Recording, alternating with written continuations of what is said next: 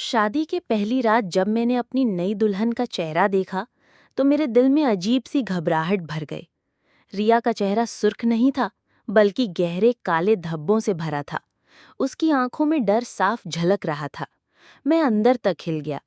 ये वही लड़की थी जिसके बारे में मैंने सुना था कि वो बेहद खूबसूरत है। गुस्से और धोखे की आग में मैंने उसी रात तय कर लिया कि ये रिश्ता ज्यादा दिन नहीं चल सकता।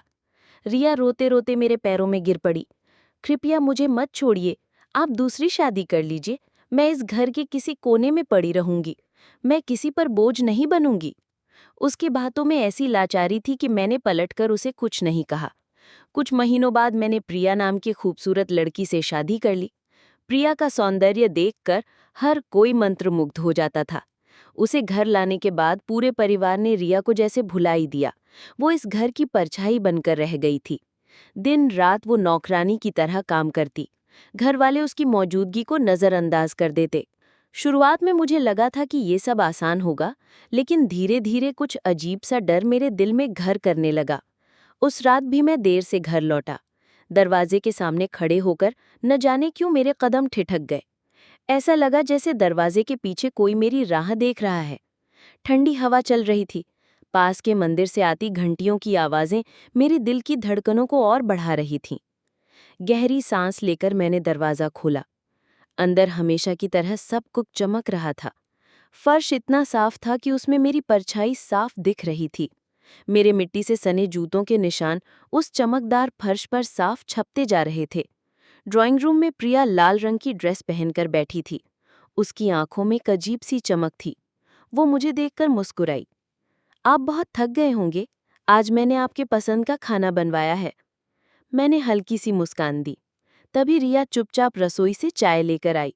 उसके चेहरे पर थकान साफ झलक रही थी। उसने एक शब्द भी नहीं कहा और ट्रे टेबल पर रखकर चली गई। जाते जाते उसने फर्श पर बिखरे खिलौनों को समेटा। मैंने प्रिया से नजरें हटाकर रिया को देखा, लेकिन वो जल्दी से रसोई में गायब हो गई। रात का खाना बेहद स्वादिष्ट था। प्रिया लगातार बातें करती रही। मैं बस हाँ ना में जवाब देता रहा। खाने के बाद मैं कमरे में जाकर लेट गया।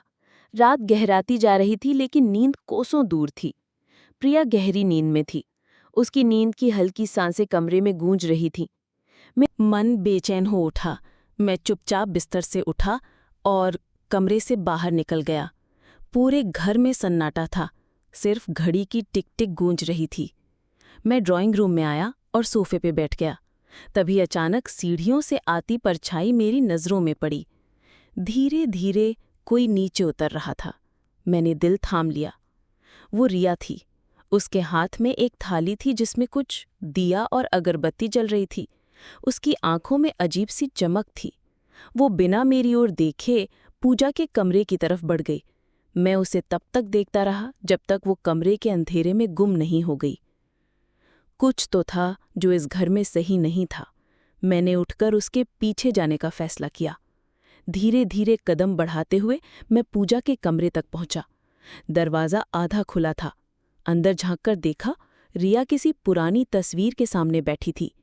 वो तस्वीर धूल से ढकी हुई थी, लेकिन उसमें जो चेहरा था उसे देखकर मेरा दिल कांप उठा।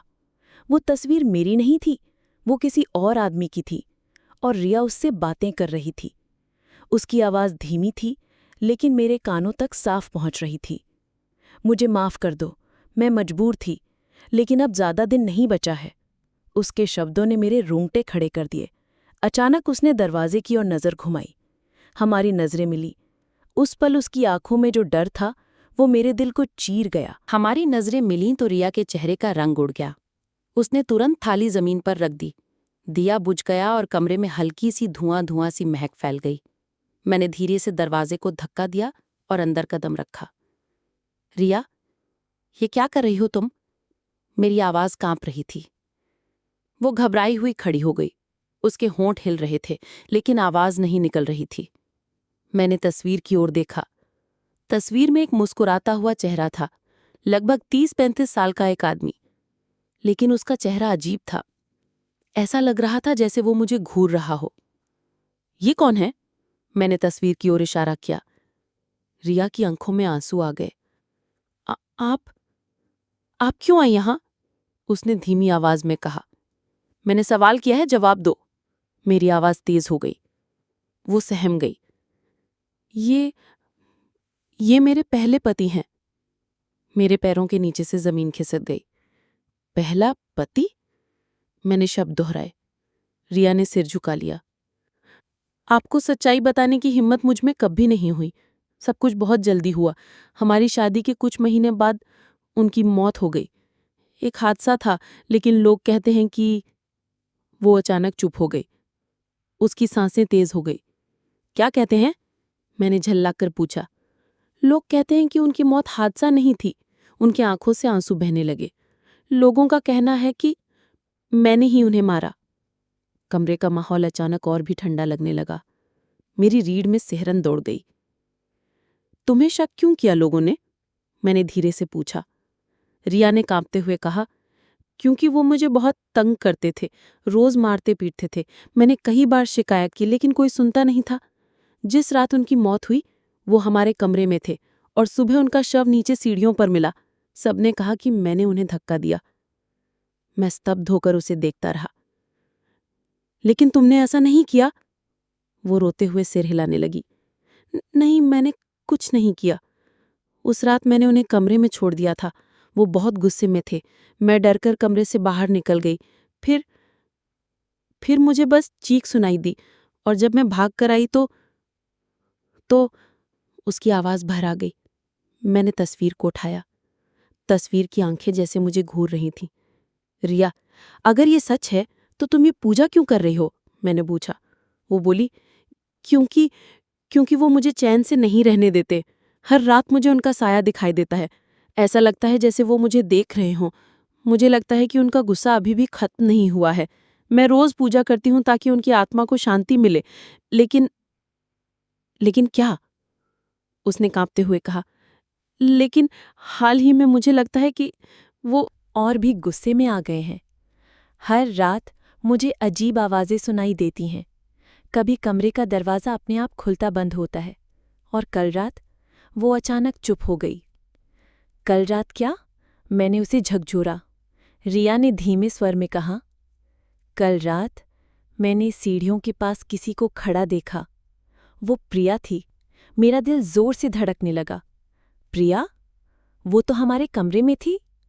रिया ने सिर हिलाया।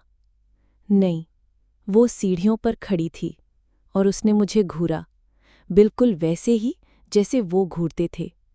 मैंने हैरानी से उसकी बात सुनी। कमरे में अजीब सी ठंडक बढ़ गई थी। हवा में अगरबत्ती की खुशबू के साथ एक अजीब सी गंध भी घुल गई थी।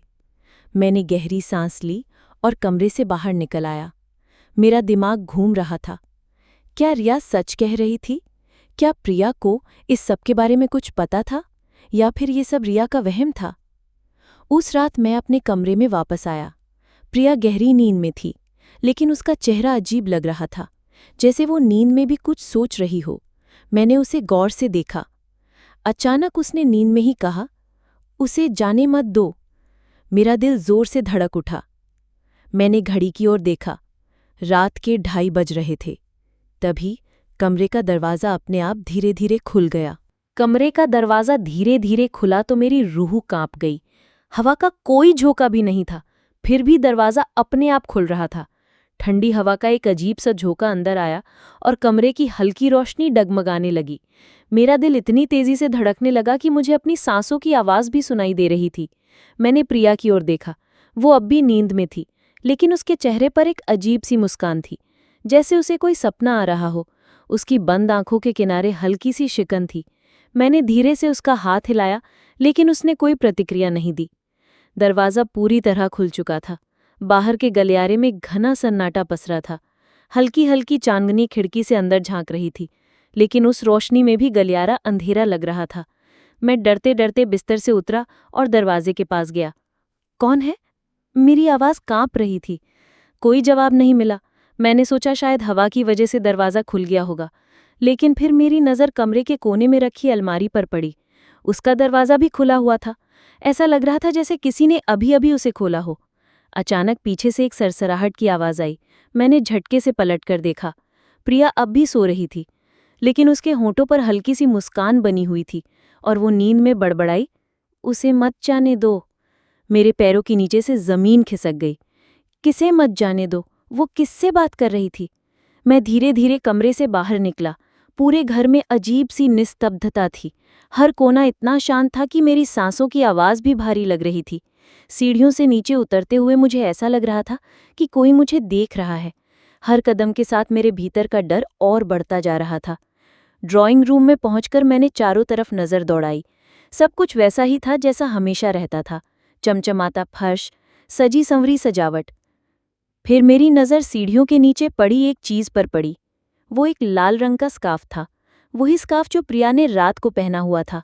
लेकिन वो तो सो रही थी, फिर उसका स्कार्फ सीढ़ियों के नीचे कैसे आया? मैंने झुककर स्कार्फ उठाया। तभी अचानक मेरे पीछे किसी के चलने की आवाज़ आई। मैं तेज़ी से मुड़ा, लेकिन वहाँ कोई नहीं था। "रिया?" मैंने डरते डरते आवाज़ लगाई। कोई जवाब नहीं आया। मैं धीरे धीरे किचन की तरफ कदम बढ़ाए। अंदर अंधेरा था। जैसे ही मैंने लाइट ऑन की, वहां का नज़ारा देखकर मेरी सांस अटक गई। फर्श पर दूध का गिलास टूटा हुआ था। बिखरे कांच के टुकड़े चमक रहे थे। दीवार पर खून जैसा कुछ लगा था। मेरा दिल जोर से धड़कने लगा। मैंने कांपते हुए दरवाजे के पास पड़ी पुरानी लकड़ी की छड़ी उठाई और धीरे धीरे पीछे मुड़ा। "कौन है यहाँ?" मैंने ऊंची आवाज में कहा। तभी ऊपर से किसी के दौड़ने की आवाज आई। तेजी से सीढ़ियों की ओर भागा। मेरे कदम अपने आप मुझे रिया के कमरे की तरफ ले जा रहे थे। कमरे का दरवाज़ा खुला था। अंदर अंधेरा पसरा था। मैंने लाइट ऑन की। कमरे में रिया नहीं थी, लेकिन उस तस्वीर के पास, जिसके आगे वो पूजा करती थी, एक लाल रंग की चूड़ी पड़ी थी। मैंने चूड़ी उठाई। ये भी प्रिया की थी। अब मेरे दिमाग में अजीब अजीब ख्याल आने लगे। क्या प्रिया और रिया के बीच कुछ हो रहा है? या प्रिया? अचानक पीछे से हल्की सी फुसफुसाहट सुनाई दी। "वो झूठ बोल रही है।" मैंने तेजी से पीछे मुड़कर देखा, लेकिन वहां कोई नहीं था। मैं बुरी तरह डर गया था। अब मुझे लग रहा था कि इस घर में सचमुच कुछ अजीब है। मैंने प्रिया को जगाने का सोचा। मैं भागता हुआ वापस कमरे में आया। प्रिया बिस्तर पर नहीं थी। मेरा दिल जोर से धड़कने लगा। "प्रिया!" मैंने जोर से पुकारा। कोई जवाब नहीं आया। तभी दरवाजे के पास कुछ हलचल हुई। मैंने वहां देखा तो रिया खड़ी थी। उसकी आंखें सुर्ख थीं। "तुम यहाँ क्या कर रही हो?" मैंने घबरा कर पूछा। वो धीरे धीरे बोली, "आपको यहाँ से जाना होगा।" "क्या? क्यों?" रिया की आंखों से आंसू बहने लगे। "क्योंकि इस घर में मौत मंडरा रही है।" मैं हतप्रभ रह गया। "रिया, साफ साफ बताओ, क्या चल रहा है?" वो धीरे धीरे बोली, "आपको सच जानना होगा, लेकिन शायद आप मुझ पर विश्वास नहीं करेंगे। तुम बताओ तो सही," मैंने गुस्से से कहा। रिया ने कांपते हुए कहा, "आपके आने के बाद से ही प्रिया अजीब तरह से बदल गई है। वो अक्सर रात को उठकर घूमती है। कई बार मैंने उसे उसी सीढ़ी पर खड़ा देखा है जहां मेरे पति की मौत हुई थी। तुम्हारा मतलब?" "मुझे लगता है उसकी मौत में प्रिया का हाथ है।" मैं हक्का बक्का रह गया। "क्या पागल हो गई हो तुम? प्रिया उस समय यहाँ नहीं थी?" रिया ने सिर झुका लिया।